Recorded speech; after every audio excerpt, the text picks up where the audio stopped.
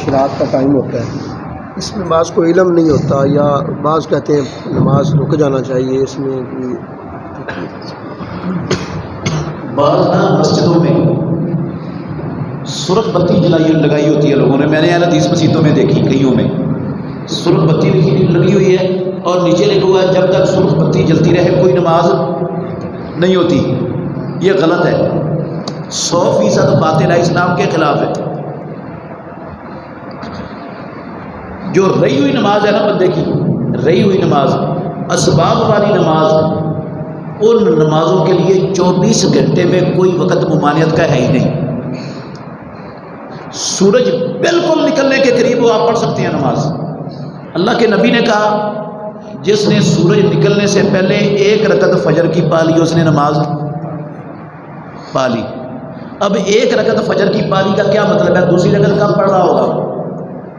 جب سورج نکل رہا ہے۔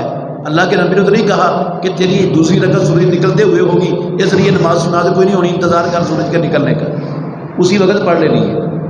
آنکھ ہی کھلی ہے اس وقت کی 1 رکعت آپ پڑھ سکتے ہیں، اسی وقت شروع کر دینی۔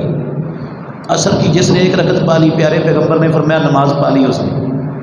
اب سورج غروب ہونے کے پہلے 1 رکعت صرف آپ پڑھ سکتے ہیں، باقی 3 رکعتیں وہ سورج غروب ہوتے ہوئے اور غروب ہونے کے بعد جاری رہیں گی۔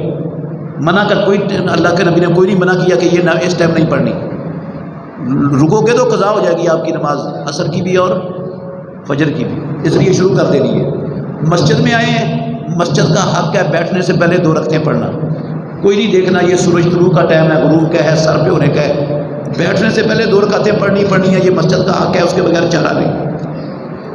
حکم دیا اللہ کے نبی نے، منع کیا بیٹھنے سے 2 رکعتیں پڑھے بغیر۔ باقی نماز آپ فجر کی پڑھ چکے ہیں، آپ بیٹھے ہیں، آپ کا دل چاہتا ہے نفل پڑھنے کو، تو یہ نفل پڑھنے اس ٹائم جائز نہیں ہے، بغیر وجہ کے نفل جائز نہ سورج نکلتے وقت، نہ سر پر ہوتے وقت، نہ غروب ہوتے وقت، نہ فجر کے بعد سورج نکلنے تک، اور نہ عصر کے بعد جب سورج زرد ہو جائے اور غروب ہونے تک نفلی نماز نہیں پڑھنی، کوئی بھی بلا وجہ نفل نہیں پڑھنی۔ اسباب والی نمازیں، بھولی ہوئی نمازیں، رہی ہوئی نمازیں، ان کے لیے 24 گھنٹوں میں سے کوئی ممانعت کا وقت نہیں ہے، وہ ہر وقت پڑھی جا سکتی ہے۔